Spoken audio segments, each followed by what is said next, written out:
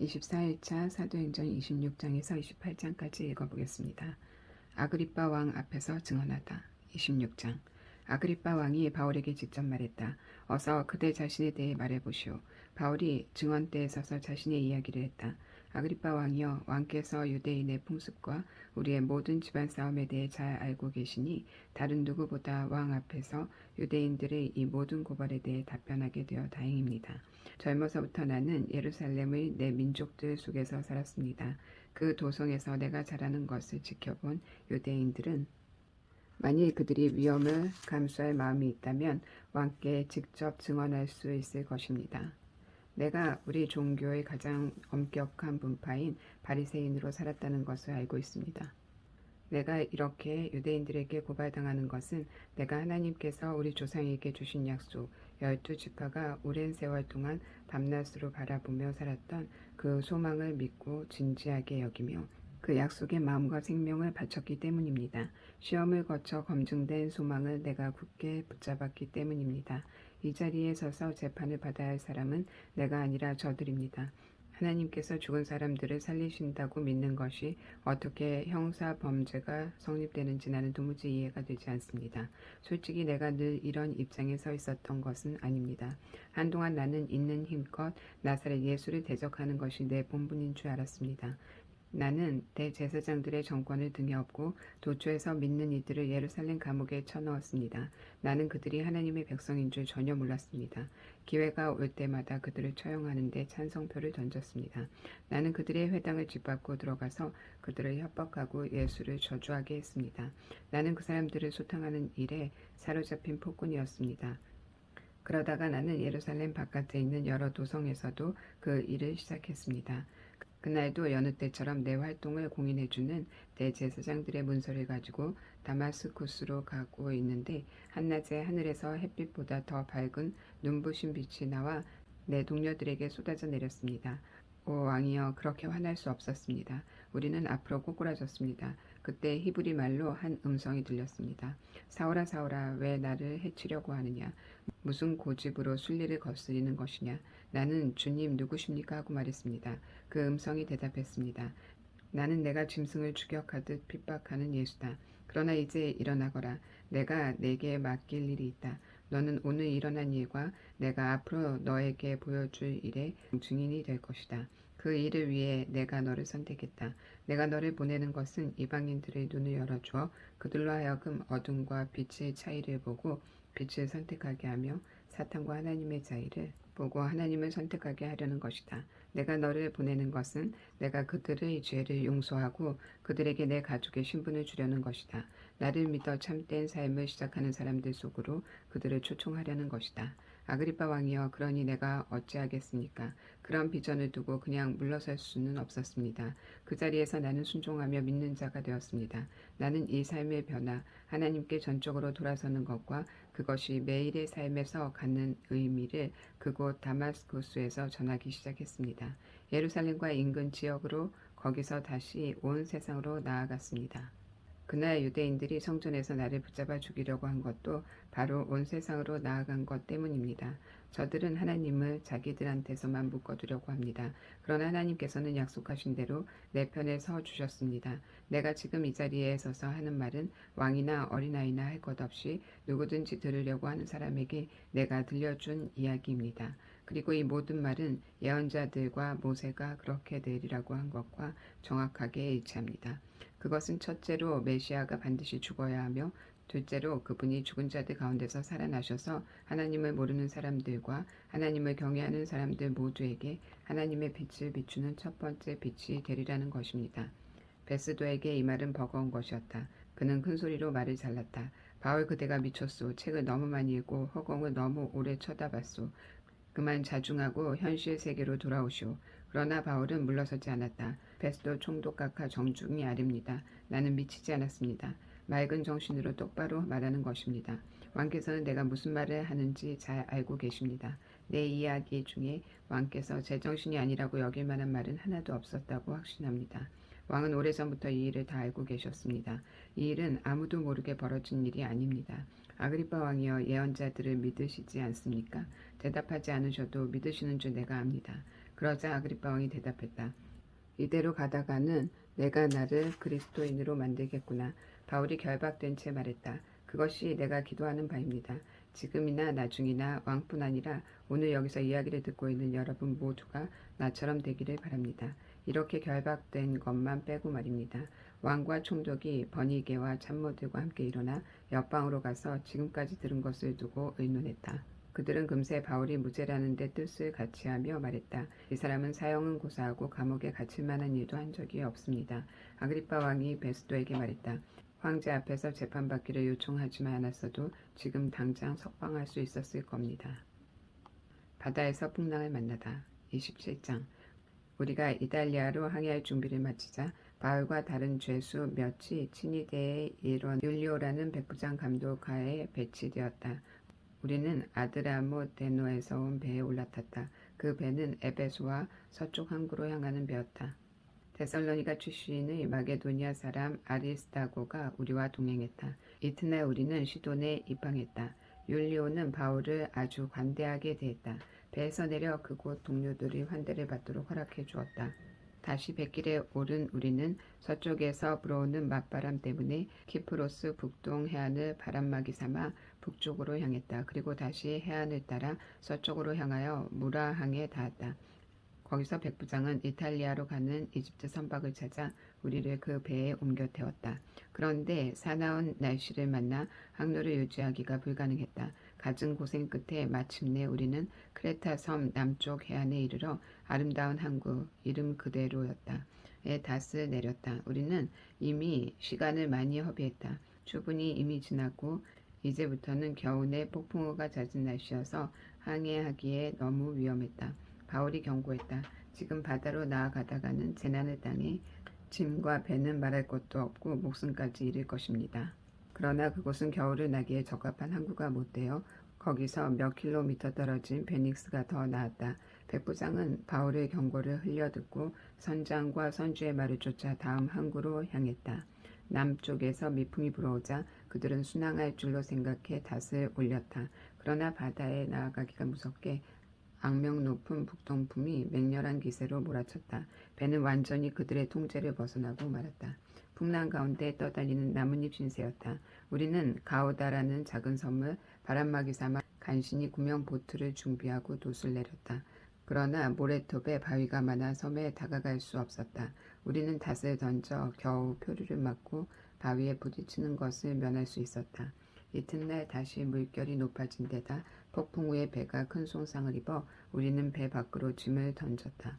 사흘째 되는 날에는 선원들이 장비와 식료품까지 내던져 배를 좀 더 가볍게 했다. 해와 별을 보지 못한 지 벌써 여러 날이었다. 바람과 파도가 사정없이 우리를 때렸다.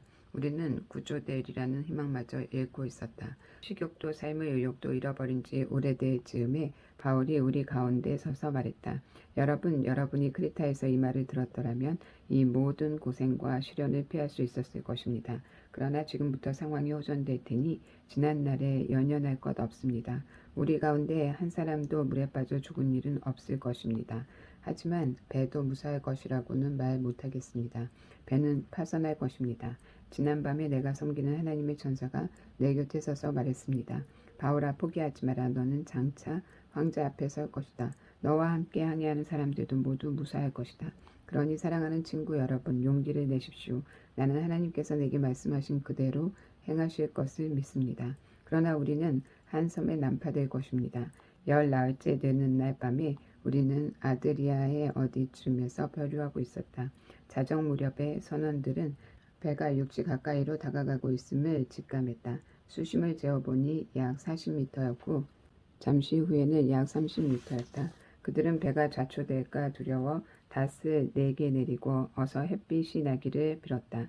선원들 가운데 몇 사람이 배에서 탈출하려고 했다. 그들은 뱃머리에서 닷을 더 내리는 척하면서 구명보트를 내렸다. 바울이 그들의 속셈을 꿰뚫어 보고는 백부장과 병사들에게 말했다. 이 선원들이 배에 남아있지 않으면 우리는 다 빠져 죽을 것입니다. 그러자 병사들이 구명보트의 줄을 끊어 그냥 떠내려가게 했다. 동틀 무렵 바울이 사람들을 모두 불러 모아 아침 식사를 권했다. 우리가 음식 없이 지낸 지 벌써 14일이 되었습니다. 아무도 음식 생각이 없었습니다. 하지만 이제 뭘 좀 먹어야 합니다. 기력이 있어야 구조도 되지 않겠습니까? 여러분은 상처 하나 입지 않고 여기서 벗어날 것입니다. 그는 빵을 떼어 하나님께 감사하고 그들에게 돌렸다. 다들 실컷 먹었다. 모두 276명이었다. 사람들이 다 배부르게 먹고 남은 곡식은 바다에 버려 배를 가볍게 했다. 날이 밝았으나 아무도 그 땅이 어디인지 알아보지 못했다. 그때 근사한 해안이 펼쳐짐만이 눈에 들어왔다. 그들은 해안가에 배를 대기로 하고 줄을 자르고 키를 풀고 돛을 올리고 순풍을 받아 해안으로 향했다. 그러나 뜻대로 되지 않았다. 아직도 해안가로부터 꽤 먼데 배가 암초와 충돌해 부서지기 시작했다. 병사들은 죄수들이 헤엄쳐 탈출하지 못하도록 그들을 죽일 작정이었다. 그러나 백부장이 바울을 구하기 위해 병사들을 막았다. 그는 누구든지 헤엄칠 줄 아는 사람들은 물속으로 뛰어들어 헤엄쳐가고 나머지 사람들은 나무 조각을 붙잡으라고 명령했다. 다들 무사히 해안에 닿았다. 28장 인원을 점검해보니 모두가 무사했다. 우리가 있는 곳이 몰타 섬이라는 것을 알았다. 그곳 원주민들이 우리에게 특별히 친절을 베풀어 주었다. 비가 오고 날이 추워서 우리가 흠뻑 젖자 그들은 큰 불을 피우고 그 주위에 우리를 모이게 했다. 바울도 힘껏 거들기 시작했다. 그러나 나뭇가지 한 다발을 모아다가 불에 넣자 불 때문에 깨어난 독사가 그의 손을 물고 놓지 않았다. 원주민들은 바울의 손에 매달린 뱀을 보고 그가 살인자여서 응분의 벌을 받는 것이라고 단정했다. 바울은 손을 털어 뱀을 불 속에 떨어버렸다. 그는 물리기 전과 다름없이 멀쩡했다. 그들은 그가 급사할 것으로 예상했다가 그런 일이 일어나지 않자 이번에는 그가 신이라고 단정했다. 그 섬의 지역 주장은 보블리오였다. 그는 우리를 손님으로 자기 집에 맞아들여서 몸도 녹이고 사흘 동안 편히 묵게 해주었다. 마침 보블리오의 아버지가 고열과 이질로 알아누워 있었다. 바울이 노인의 방에 들어가서 안수하고 기도하자 그의 병이 나았다. 그가 나았다는 소식이 순식간에 퍼졌고 이내 그 섬에 병든 자들이 와서 고침을 받았다. 로마. 우리는 몰타에서 석 달 동안은 아주 잘 지냈다. 그들은 우리를 극진히 대접해 주었다. 모든 쓸 것을 채워주고 남은 여정에 필요한 장비까지 챙겨주었다. 그곳 항구에서 겨울을 난 이집트 선박이 이탈리아로 떠날 준비가 되어 우리도 그 배에 올랐다. 그 배의 머리에는 쌍둥이 자리 곧 천상의 쌍둥이가 조각되어 있었다. 배는 수라구사에 사흘 동안 정박해 있다가 해안을 따라 레기온으로 올라갔다. 이틀 후에 우리는 남풍을 힘입어 나폴리만에 입항했다. 거기서 우리는 그리스도인 동료들을 만나 일주일 동안 함께 지냈다. 그 후에 우리는 로마로 갔다. 로마의 동료들이 우리가 온다는 소식을 듣고 마중을 나왔다. 그 가운데 한 무리는 아피온 공장까지 나왔고 다른 무리는 세막사라는 곳에서 우리를 맞았다. 짐작하듯이 그들은 감정을 주체할 수 없는 만남이었다. 바울은 찬양이 흘러넘쳐 감사의 기도로 우리를 인도했다. 우리가 로마에 들어가자 그들은 바울이 그를 지키는 병사와 함께 개인 숙소에서 생활하게 해주었다. 사흘 후에 바울은 유대인 지도자들을 불러 모아 자기 집에서 모임을 가졌다. 그가 말했다. 예루살렘의 유대인들이 협의를 날조에 나를 체포했고 나는 로마 사람들의 손에 수감되었습니다. 분명히 말하지만 나는 유대인의 율법이나 관습에 어긋나게 행동한 것이 전혀 없습니다. 로마 사람들은 혐의 내용을 조사해 사실 무근인 것이 밝혀지자 나를 풀어주려고 했습니다. 그러나 유대인들이 맹렬히 반대해서 나는 어쩔 수 없이 황제에게 상소했습니다. 내가 그렇게 한 것은 그들의 잘못을 고발하거나 로마를 상대로 우리 민족을 곤란에 빠뜨리려는 것이 아닙니다. 그런 문제라면 우리는 이미 겪을 만큼 겪었습니다. 나는 이스라엘을 위해 그렇게 했습니다. 오늘 내가 여러분에게 이 말을 들려주는 것은 내가 이스라엘의 적이 아니라 이스라엘 편임을 분명히 하려는 것입니다. 내가 여기 잡혀온 것은 멸망이 아니라 소망을 위해서입니다. 그들이 말했다. 우리는 아무한테서도 당신에 대해 경계하는 편지를 받지 못했습니다. 여기에 와서 당신을 나쁘게 말한 사람도 없었습니다. 다만 우리는 당신의 생각을 더 들어보고 싶습니다. 그리스도인이라는 이 분파에 대해 우리가 아는 것이라고는 이 분파를 좋게 말하는 사람이 아무도 없다는 것입니다. 그들은 시간을 정했다. 그날이 되자 그들이 많은 친구들과 함께 바울의 집에 다시 모였다. 바울은 아침부터 저녁까지 온종일 그들에게 하나님의 나라에 관한 모든 것을 설명했다. 그리고 모세와 예언자들이 예수에 대해 기록한 것을 짚어가며 그들 모두를 힘써 설득했다. 그들 가운데 어떤 이들은 그의 말에 설득되었으나 다른 이들은 한마디도 믿으려 하지 않았다. 믿지 않는 이들이 서로 시비를 걸며 말다툼을 시작하자 바울이 끼어들었다. 여러분에게 한 말씀만 더 드리겠습니다. 성령께서 예언자 이사야를 통해 우리 조상에게 말씀하실 때 그들은 이것을 분명히 알고 계십니다. 이 백성에게 가서 이렇게 말하여라. 너희가 귀로 듣겠으나 한마디도 듣지 못할 것이요 눈으로 보겠으나 하나도 보지 못할 것이다. 이 사람들은 머리가 꽉 막혔다.